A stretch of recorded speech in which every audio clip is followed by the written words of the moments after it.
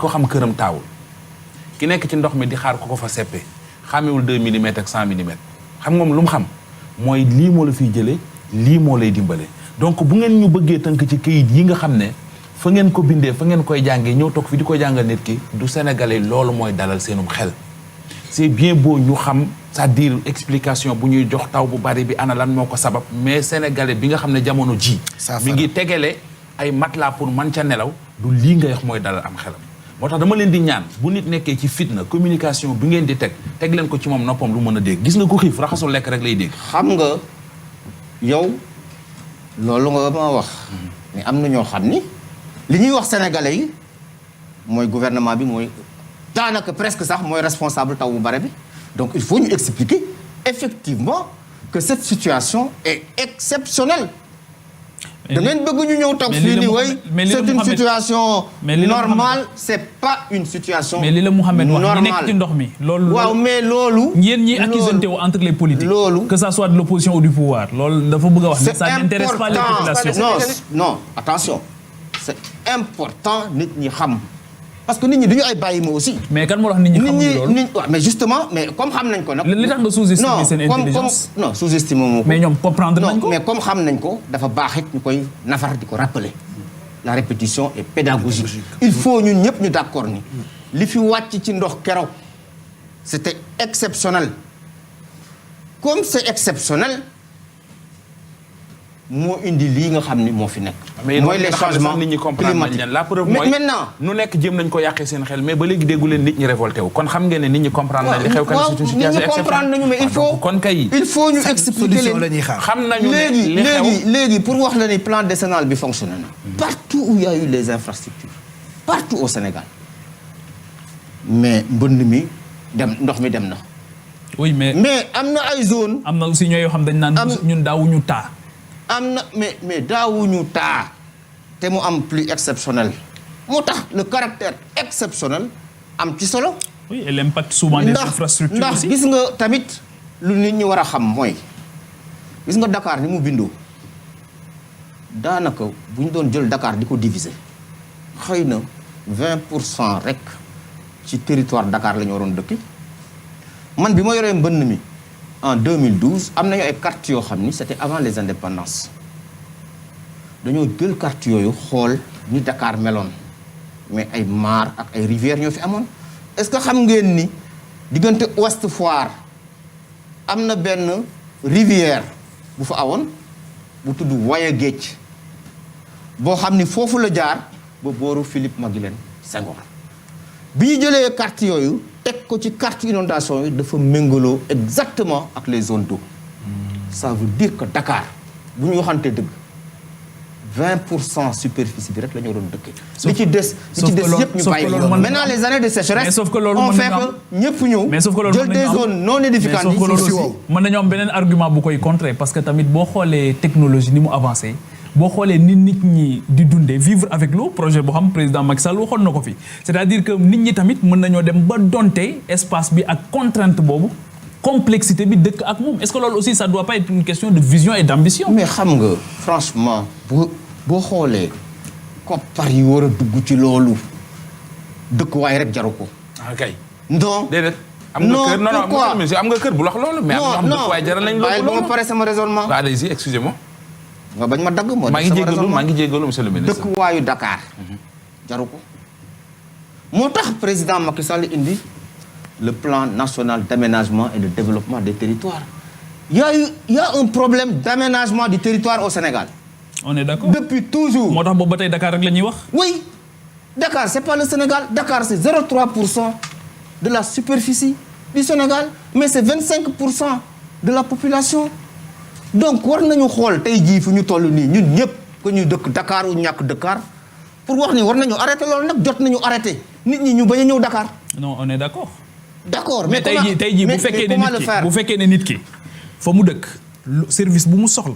dina ko fa am waaw kay du ñëw. waaw kay lan moo tax nit ñi di ñëw Dakar. voilà lan moo tax nit ñi ñëw Dakar li tax ñu ñëw mooy pour dëkk. pour faju pour jàng pour am yenn services yi. mais loolu le plan national d'aménagement du territoire. waaw li mu indi mooy. plan bi kañ la ñëw. plan bi ñu ngi ko adopté le 24 janvier ban 2020. 2020 national oui. ok Pour la première fois Sénégal am na un plan national d'aménagement du territoire lan moo nekk ci biir plan boobu li ci nekk mooy dañu gis ni Dakar diggante Saint-Louis jaar Dakar ak Thiès ba Ziguinchor loolu mooy Sénégal daanaka qu'on appelle le tiers ouest les 2 tiers est dara daanaka amu fa lu am solo président Macky Sall wax ni nañu créer ce qu'on appelle les métropoles d'équilibre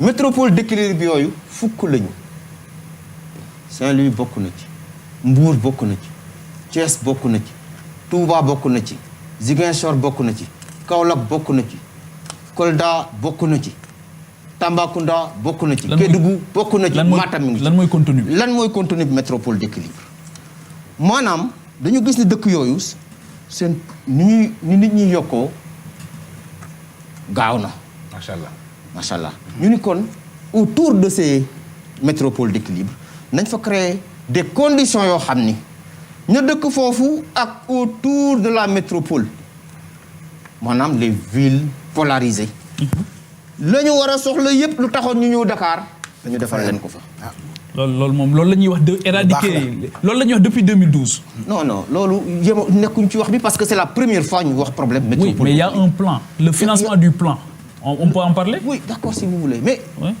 vous êtes d'accord avec moi que ce concept mais ñun ñëpp d'accord nañ ci loolu mais d'équilibre rafet moom xalaat moom rafet ngeen ci moom loolu slogan la rek xam nga nag yéen moom quelquefois ma am problème ak yéen parce que bu ñu waxee lu kii suñu waxee rafet nga wax rafet mais lépp looy gis mais rafet lay mais ñun d'accord nañ mais xam nga xalaat ak xel ba indi loolu mais ñun dañu xalaat ba sonn d'accord nga Sénégal kañ la am indépendance monsieur le ministre yàgg na doguma la le président Macky Sall est venu en 2012 il faut voir comment les choses après avoir été Premier ministre, après avoir été ministre de l'Intérieur. Ont évolué sur le plan énergétique. Le président est au pouvoir depuis 2000. 32 km autoroute la fi fekk, il a fait 225 km d'autoroute. 500 mégawatts la fi fekk en énergie. Il a fait plus de 1250 mégawatts. Le plan d'aménagement. Donc loolu am na solo.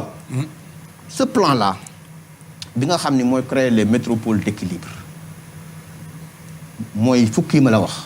daañu fa def ay infrastructures yoo xam ne muy hôpitaux muy ay lycées muy ay universités muy des trucs de loisirs loo xam ni nit ñi loolu la ñuy soxla xëy na pour ñëw Dakar wala leneen lépp ñu am ko. pour kañ ensuite mu am ay agropole parce que nit ki doo ko créer environnement te amul fu muy liggéeyee. les agropoles là yi nga xam ne moom la ñu créer utiliser suñu potentiel. agricole maanaam créer ay industrie agroalimentaire parce que loolu Sénégal yàlla daf ñu may lu bare lu mu mayul yeneen dëkk yi lim ñu may mooy suñu dëkk daanaka de c'est plat amul montagne lim ñu may mooy jant bi lim ñu may mooy ndox mu bare savez-vous que dans le sous-sol sénégalais am nañu war a tolloog 500 milliards de mètres cubes d'eau en eau de surface am na ñu toll ci 35 milliards de mètres cubes donc bu ñu defee synergie boobu créer ay agropole créer les conditions pour que nit ñi bañ a sore pour am lu ñu liggéey des industries pour kañ la des industries le plan non le plan c'est entre 2020 ba 2020 ça c'est le PSE mais non kii mooy horizon PSE plan bi mais c'est phasé dafa am ay phasage plan bi tàmbali na ce plan là on commence à l'appliquer actuellement ni ma lay wax nii. ban jeexital la am fan la am jeexital. non c'est à l'horizon 2035 mais 2035 sorewul la est-ce que vous savez que nous sommes en 2020. daanaka plan bi 2020 plan national d'aménagement. mooy boobu mi ngi noonu. moom la woon léegi. waaw horizon 2035 mais plan bi tàmbali na. jeexital yi anañu. lan ngay wootee jeexital. mooy li nga wax nii ne bu ñu ko defee ci métropole yooyu ak agropole yooyu. yi mu jur lu mu jur. agropole sud commencé na lancé nañ appel d'offres énergie. ñu ngi def les interconnexions parce que boo xoolee plan bi di nga gis ay interconnexions. avec des lignes. de 225 kilovolts yoo xam ni. mooy maaye les métropoles d'équilibre parce que tant que énergie amul ci côté yooyu bu doy. On est d'accord, on est d'accord donc aussi. pour Le dire financement. que plan bi commencé na. Le financement du plan. Mais le financement du plan, ce sont les ressources de l'État d'abord, le budget de l'État. Ensuite, les partenaires au développement. Loolu mooy def financement bi mais ce plan-là a démarré. te horizon xam nañ ko donc loolu bu ñu ko defee mooy ensuite. Ça doit coûter combien? Ensuite. Ça doit coûter combien? Non, avant ñuy wax sur le coût xam nga le coût là. ce plan-là mënoo ko jox un coût dès le départ parce que il faut comprendre comment on l'a conçu. du rek agropole yi ma la wax. Prenons par exemple les routes boo xoolee plan bi di nga gis ni ñu tracer les futures routes et autoroutes di nga gis ni ñu tracer les futurs chemins de fer di nga gis ni ñuy implanter les hôpitaux yu ñu war a tabax. Le président vient de valider un programme de plus de 500 milliards pour la santé. C'est ça qui permettra ñu implanter dans ces métropoles d'équilibre les structures sanitaires. Donc c'est un plan dynamique avec un horizon te loolu mooy tax nit ñuy fixer leen. Tant que defuñu loolu les gens vont continuer à venir à Dakar di buuxante ci 0,3% du territoire national avec inconvénients yi nga xam ni moom la am yépp mbënn meek yooyu am na ci biir Sénégal foo xam ne bu tawee dañuy tàccu amul ndox parce que nit ñi ñëwuñu fekk fu ndox nekk ñu dëkk fa depuis les années 70 année de sécheresse mais ndox du bàyyi yoonam. Très bien. Donc il faut ñu réfléchir ci yooyu yépp pour teg plan bi doxal ko. léegi ñu ñëw ci mbiru inondation yi xaw ma sax est-ce que exactement di nga ci am tontu bu wér mais lu mu ci mënti doon du ñàkk nga xam ci dara mooy inondation day am ñu déclencher plan Orsec jël budget def fa jënd ci matériel ñu demaat ba jëmmi jamono inondation amaat ñu ne dañuy jëndaati matériel waa léegi matériel yi ñu njëkk a jënd fu mu jaar ay AGT la woon wala c'est-à-dire loolu nu ñu ko mën a comprendre. Non matériel yi ñu jëndoon mu ngi fi mais en fonction taw bi ñu jot day laaj ñu yokk matériel bi maanaam puissance pompage bi xam nga boo amee une pompe de 800 mètres cubes heure moom lañ dimensionné woon ci taw yoon daan jot mais bu ñu amee taw yu ëpp loolu pompe boobu mënu ko évacuer faaw ñu yokkaat ci fi mu ne nii boo demee booru Kër Massar am na ay pompe de 1000 mètres cubes heure ñu wut indi fa mu pomper donc loolu la matériel boobu di compléter mais du caagee ni matériel bi dañ ko sànni. waaw léegi bu fekkee plan décennal lutte contre les inondations mi ngi fonctionner à merveille kon kay li ñuy jënd ci matériel daa war a gën a néew sax d'autant plus que am na plan bi mi ngi fi di leen. mais dafa gën a néew dafa gën a néew lañ daan jënd ci at yële passé mu ëpp fuuf ñu jënd léegi. lañ daan li ñuy jënd léegi c'est pour compléter. non mais parce que am na ay dafa gën a néew jarul complété. non ah kay. déet bu fekkee dafa gën a néew. non kay jarul dama ne complété dañuy daan jënd ci montant. moo gën a néew. moo gën a néew fuuf diggante 2012 bi affaire yi soo ko commencé ak li ñuy jënd léegi moo gën a néew laa wax ci xaalis bi ñuy génnee donc dañuy compléter li nga xam ni moo fi nekkoon par rapport ak taw bi ni muy ñëwee ak capacité bi ñuy soxla pour pomper ko. léegi projet bi loolu monsieur le ministre président wax na conseil des ministres bi passé ñu def évaluation première phase bi après ñu jàll ci deuxième phase bi première phase bi ñaata milliards ngeen ci defoon ak lan la juróon ak deuxième phase bi démb dégg naa ñu daje Mbour doon ko fa waxtaanee bi ñu dajee ba pare est-ce que tënk nañ ba wax ni lii la ñuy soxla pour faj lan ak lan ak lan. alors projet mën nañu wax ni c'est l'un des meilleurs projets en termes de réussite. À merveille aussi. ci inondation laa wax. ma ne à merveille aussi. Le projet a fonctionné à merveille. Ça c'est très clair. du maa ko wax. waaw wàqi naan Nimzaat nee nañ seen ndox maa ngi fa ba tey demagul. du maa ko wax. projet fi mu jaar yëpp dafa fonctionné. man visité naa ko te wax naa ne bërki démb dem naa ci zone projet. première phase bi ñaata milliards. première phase bi def nañ ci lu war a tollu 63 milliards à peu près ci wàllu inondation bi pour projet boo xam ni 49,03 milliards moo jëm ci directement pompe canalisation yi ñu def yeneen yi parce que projet intérêt bi mu am mooy dafay am ay pavage fay nañu aussi nit ñu bare ay dédommagement ci war leen fa jëlee pour yoon yi war a jaar ak canalisation yi ñu doon def donc boo ko xaymaa noonu lay toll te c'est un projet qui a fonctionné à 100% actuellement mii ma lay wax man nga dem vérifier ko donc ce projet bi moom lu yomb a def bilan la. léegi deuxième phase bi. ñaata maintenant deuxième phase bi ñu ngi koy étudier ADM bi nga xam ne moom laa gën a xam li muy liggéey parce que sama ministère la nekk am na projet bu taxaw déjà bu war a jël Camille Basse parce que dama lay wax point yi gën a am solo rek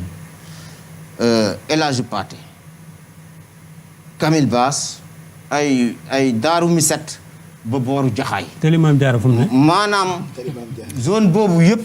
ah mais doo ko laaj ministre de la collectivité territoriale. zone boobu yëpp projet 2 daf koy jël. nga xam ni mooy projet 2 nga xam ni liggéey bi tabax nañ ko ba pare ñu war ci lëkkaloo lenn ci budget état lenn banque mondiale te banque mondiale pare na pour dugal loxoom ci biir ni mu dugale woon loxoom ci projet 1 parce que projet 1 dafa doon lu am jeexatal am réussite am njariñ. coût bi ñaata lay doon le coût ñu ngi koy stabiliser maanaam étude technique yëpp pare na dossier yi pare na mais le coût mënuma leen ko wax fii. ok léegi dañuy bàyyi ñu stabiliser ko ba fi ba ñu ko war a prononcer wax ko. léegi après ñu dem ci internet yi. voilà léegi beneen question bi rek mooy par rapport ak ce ministère. Oui. gis nañu temps yële benn article boo xamante ni génn na. par rapport ak ADL. ak PNDL. par rapport ak département yi. mooy projet boo xamante ni dañu wax ne ADL moo ko concevoir woon ba pare.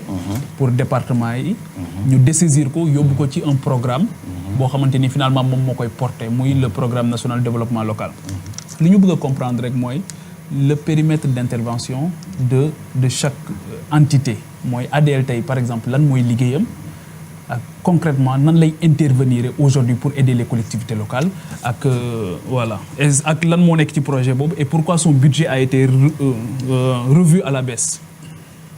léegi quel est le problème. non on veut comprendre. mais ban problème moo am ci loolu. oui on veut juste comprendre lan mooy mission est-ce que ADL aujourd'hui est-ce que c'est une agence qui doit continuer d'exister ou pas. état dafa am na muy doxee. du nit rek koy toog fële bind ci journal nangam bon lu tax ñu jël di dugal ci ADL c'est le même ministère c'est le même gouvernement. c'est le même gouvernement. président Macky Sall dafa recevoir. le 10 octobre dernier les maires et présidents du conseil départemental. président wax ni. dinaa taxawal PACASEN rural. boo xam ni maires yi ak département yi moom lay toppatoo te dinaa ko jël jox ko PNDL. ok président moo ko. oui. c'est réglé cette question-là. maintenant l'ADL a du mérite. réfléchir nañu ci beneen programme pour département yi. ok mais dañuy jël lépp nag ñu ancré ko parce que c'est un problème d'ancrage c'est tout. il y a rien d'autre. d'ailleurs li ñuy wax naan projet bu taxaw la taxawagul dara. il faut que président Macky Sall valide le PACASEN rural pour que affaire boobu mën a tabax mais du xaalis bu ñu jël nii jël ko ni ëpp yow jël nañ ko ci yow jox nañ ko keneen déedéet c'est pas comme ça. un État ne fonctionne pas comme ça. L'administration c'est le même gouvernement. ADL mu ngi def ay liggéeyam. ci territoire yi. lan lay def agence de développement local mu ngi appuyer beaucoup de communes notamment vers le sud. ci wàllu informatisation de l'état civil ak ci wàllu information territoriale yi ñuy remonter mu ngi def seen liggéey mais un projet c'est pas un directeur qu'il soit qui dit que man maa koy jël. donc c'est le directeur ni même un ministre moo naan fii laa koy dugal non ki ñu fal Sénégal muy définir la politique de la nation kenn la du ñaar c'est le président Macky Sall c'est lui qui définit la politique de la nation. bi mu recevoir maire yi ak président conseil départemental dafa wax ni dinaa leen jàppale ci PACASEN rural arrimé ko au PNDL. Cette question est derrière nous depuis très longtemps. Voilà, je pense qu'on va retrouver maintenant internautes yi si vous nous rejoignez ñu ngi ak monsieur le ministre Omar Gueye di waxtaane sànq ba tey collectivité territoriale aménagement des territoires waxtaane mbënd mi xam naa ponk bu mujj bi dina jëm ci wàllu politique mais sànq itam ba tey ñu ngi gis ni am na question yu bëri yoo xamee ni internautes yaa ngi ñu koy yónnee ak hashtag bi di Déclic TFM n'est-ce pas Mamadou Ndiaye. noonu la demee Pape Cheikh internautes yi déjà réaction yi bari na gis nañ importance bi nga xam ne jox nañ ko émission bi mais surtout ak suñu invité bi di Omar Gueye nga xamante ni aussi ministre bi mu géré soxal na Sénégalais yi période yi déjà ak inondation yeeg xam naa ni tey mbirum Sangalkam dina fi bari jóge fa ñu jaar Mbaaw doo ko ñëw ci ci mbirum politique internet yi posé na ay questions hashtag bi ñu utilisé mooy déclic muy Facebook Twitter Instagram wala ba ci YouTube bu télévision Futurs Médias bi ñuy njëkkee nag mooy question bi nga xamante ni soxal na waa Sangalkam ñoom ñu ne Sangalkam polarise 3 villages maanaam dafa dajale ñetti villages moom en tant que ministre bi nga xamante ne moo yor collectivité territoriale lan la dafa introduire woon benn arrêté bu nga xamante ne dafa rattaché woon Sangalkam boole ko ci 5 villages yi nga xamante ne moo ëmb Kër Ndiaye Lo ñu ne bi mu defee arrêté boobu sax ñu ne président daf ko daal di rejeté lan la xalaat ci coowal Sangalkam beeg mbirum Kër Ndiaye Lo ak village yi nga xam ne moom la ëmb. voilà donc réponse rapide après ñu ñëwaat ci beneen alors question. loolu amul d'ailleurs ministre jël arrêté di rattaché dëkk. wala di créer. non proposition nga def. non loolu amul. c'est sûr amul. amul masuma toog ak président ma ne ko arrêté ngi nii wala lii ngi nii ñu defar ko nii. ce qu'il faut comprendre mooy ay fa am ay incohérence yu am ci Sénégal yu bare xam ngeen ni la ñu def Sangalkam def ko Jaxaaw def ko ci yeneen dëkk jaaduwul parce que wax nga ko léegi nan ngay gisee commune bu ñetti dëkk wala ñaari dëkk genn wàllu sax parce que am na genn wàllu njaxeraat boo xam ne bokkul ci commune bi ce sont des incohérences gis nga booy def dara bul xool sa bopp parce que tey man may meeru Sangalkam suba duma ko dooni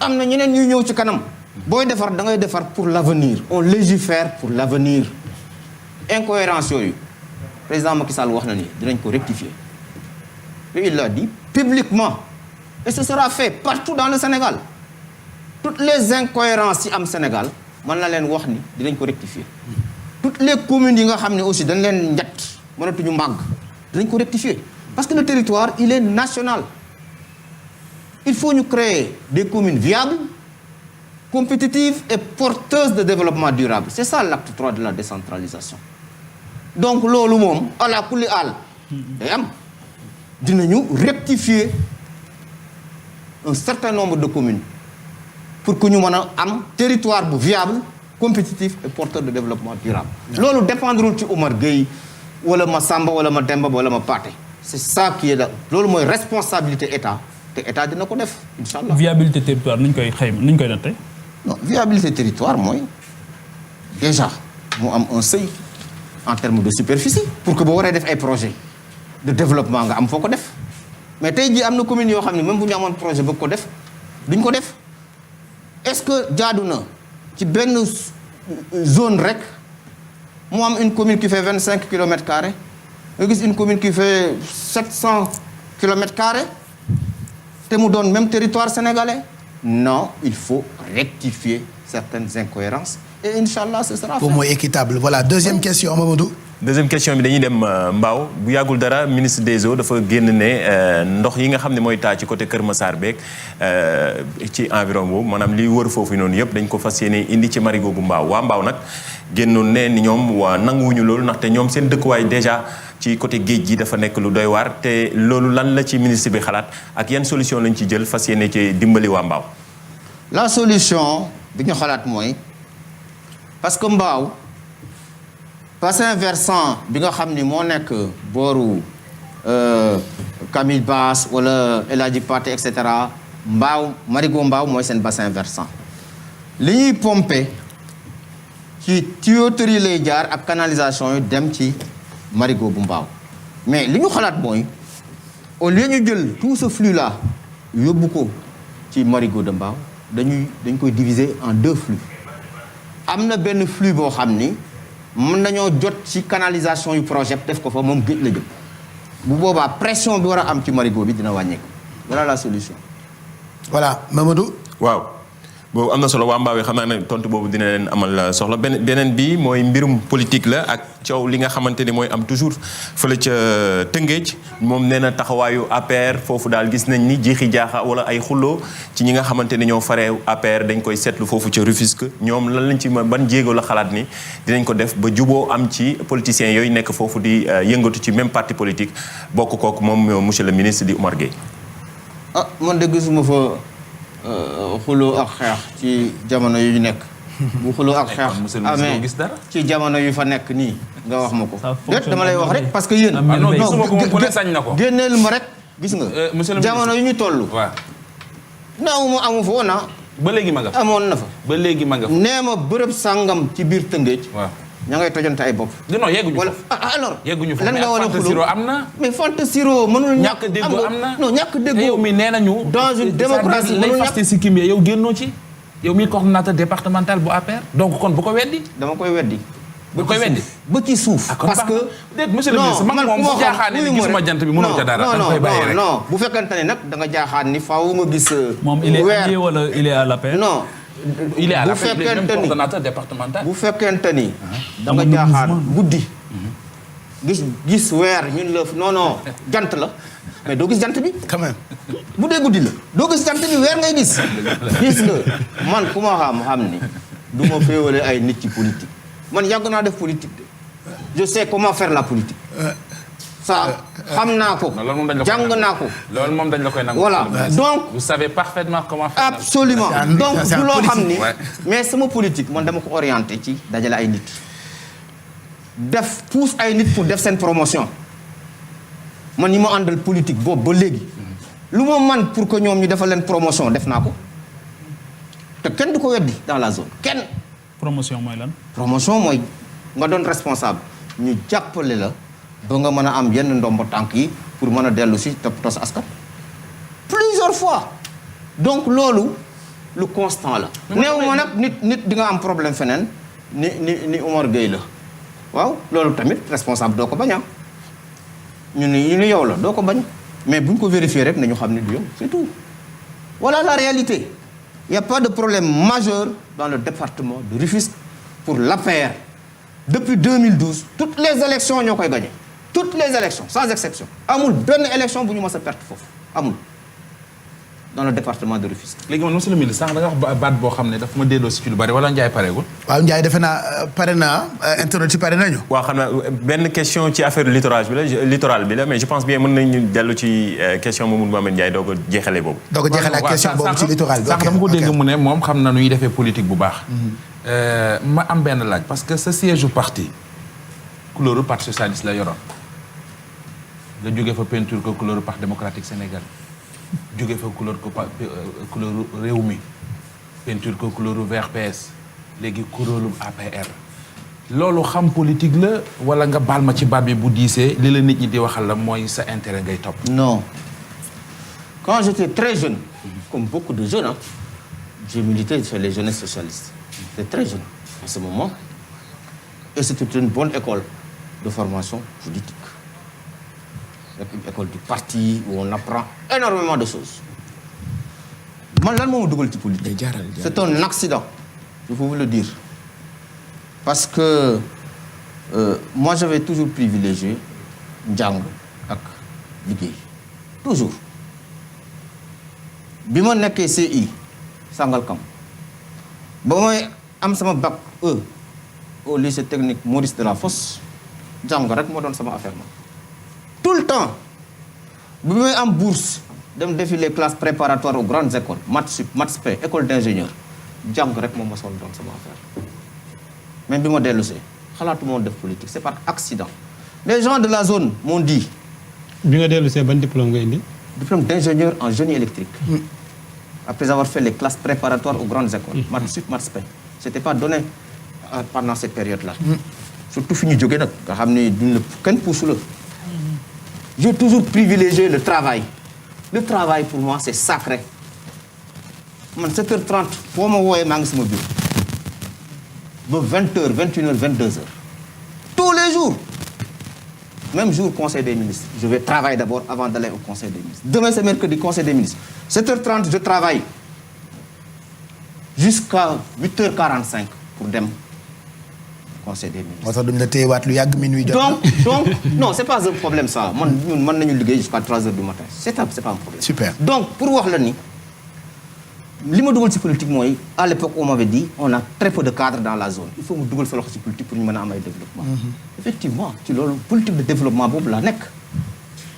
politique de développement boobu ma nekk nag moo tax bi ma gisee parce que bu fekkoon te ni rek pouvoir laay wut. jamono bi ma nekkee réew mi ak li ñu ma def yépp ma fax dem mais fan la ñu rey nit c'est Sangalkam kan nañu yóbbu 2 fois délégation spéciale c'est Sangalkam si ma politique était mauvaise foofu duñ ma fal chaque fois ma samp sama ndënd ci n'importe quel type d'élection pour gagner ko. mais waa réew mi si tànnuñ la parce que leen ministre ba fii foofu la jóge. d'accord mais man gis nga bi may def politique du woon pour nekk ministre. j'ai mon métier ah. ci côté réew mi la demee moom bi may def ak politique keneen ki sant Diouf. bi may def politique c'était pas pour être ministre.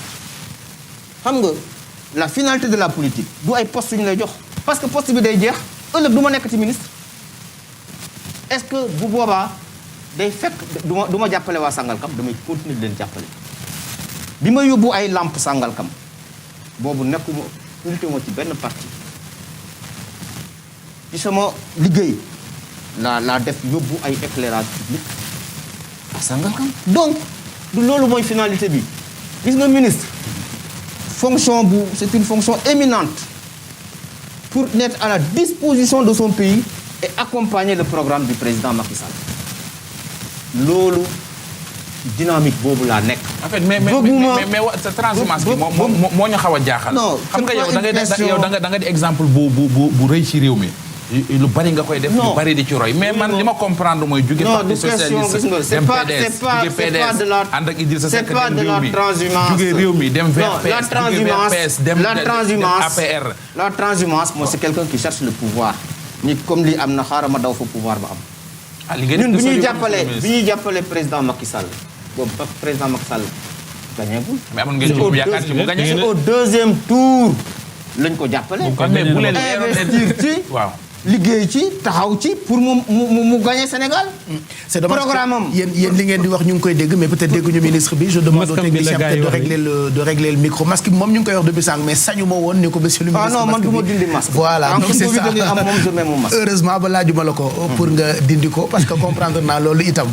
mais micro bi aussi je demande au technicien ñu régler ko rapidement puisque réponse yu am solo la tàmbali di joxe nii très rapidement bu dee mën nañu ko régler en même temps avec le réalisateur ñu ngi ciy jéggalu puisque question yu tàng la Mohamed di joxe Macoumba di ko joxe Pape Djibril di ko joxe internet itam di ko joxe depuis sànq je pense qu'on peut en profiter moom it mu ngi joxe ay réponses yu tàng waaw je pense qu'on peut en profiter ak la dernière question des internautes ministre déglu ko ñu régler micro bi mu tontu ci ñu doog a jeexal jotaay bi lan la internaute bi mujjee wax laajte ci littoral bi Mamadou Ndiaye. question yi bari na comme ni nga ko waxee internautes yi kay ñi ngi posé ay questions yu nekk xam nañ ni mënuñu joxe questions yëpp waaye li ci gën a am solo ñi ci plateau bi ñu ngi koy yeggee yenn yi dañ ci tànn quelque rek daal di koy partagé ki nga xamante ne tey mooy suñu invité mu soxal leen ndax gis nañ réaction yi ci suñu page Facebook bu télévision Futurs Médias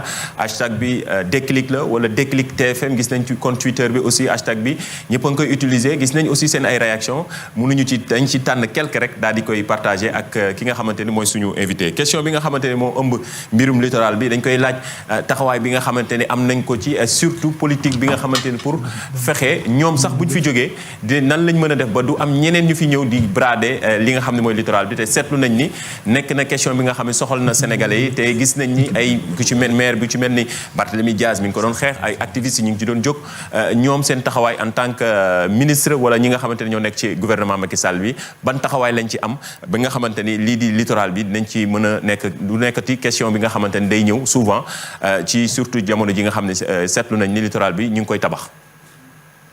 Voilà.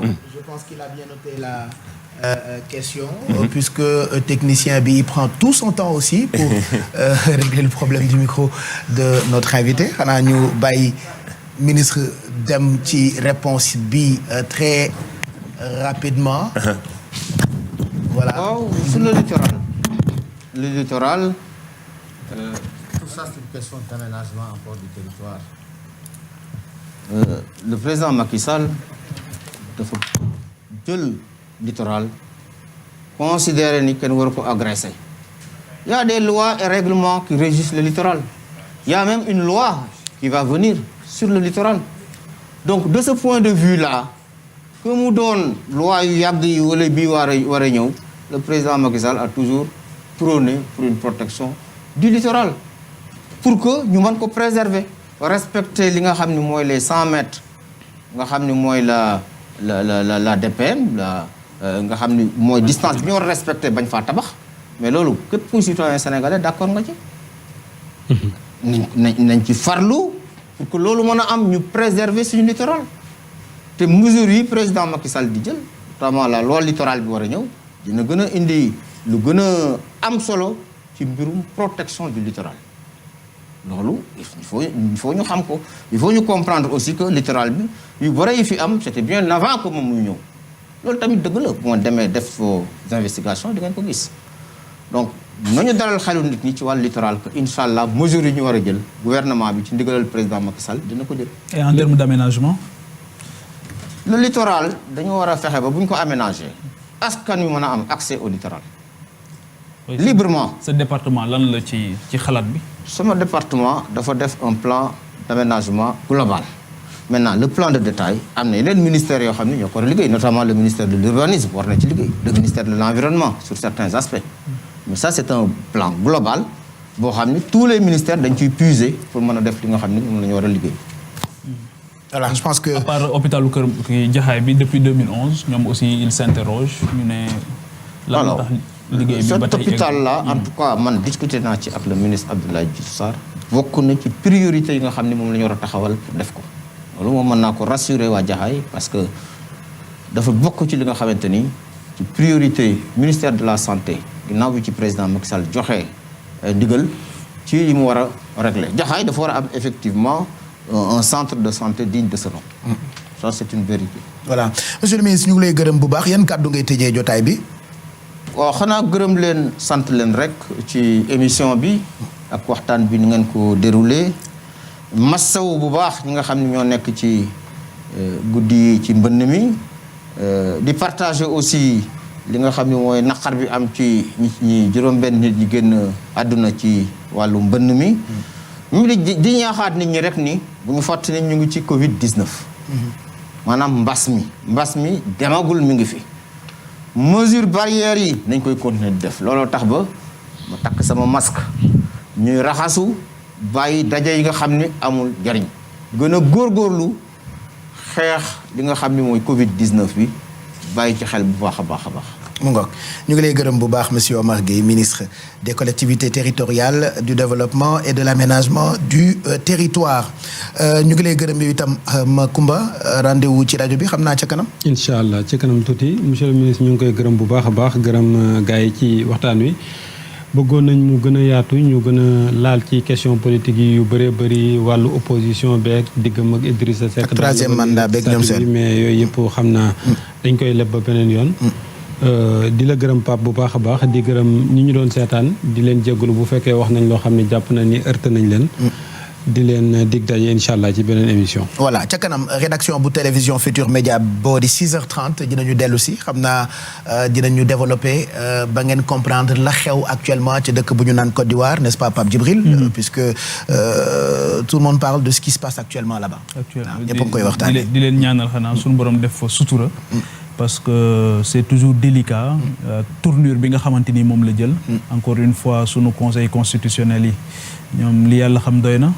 donc jamono bu nekk déjà pourquoi le poste fait autant courir la ñuy wax parce que 44 candidatures moo amoon donc à l'arrivée je pense que 4 lañ validé donc ñuy ñaan sunu borom rek mu def fa jàmm et que ñu trouver toute l'intelligence nécessaire amiin ba nga xamante ni dinañ ci mën a dimbali nit ñi ba gis nga déjà am na ñoo xamante ni jot nañu ñàkk seen bakkan malheureusement Afrique toujours boo élection amee foog daal ay nit dee c'est incroyable donc di leen ñaanal bu baax kontaan trop si jotaay bi di wax ne débat bi rek wane waat na encore une fois l'immensité du chantier bi ñu am ci wàllu décentralisation gis nga pratiquement boo jëlee liñ ci waxtaane ci Dakar moo ëpp fuuf encore une fois donc alors que l'intérieur du pays dañu am besoin bu mag a mag a mag ndax ku sañoon lépp loo soxla fa nga soxla rek fa nga koy fekk mais jógee Ziguinchor ak ni mu toll ak Casamance ñëw faju si fii Médina Yoro Foulah on peut en parler boo Kolda c'est extraordinaire. C'est le PNADT. voilà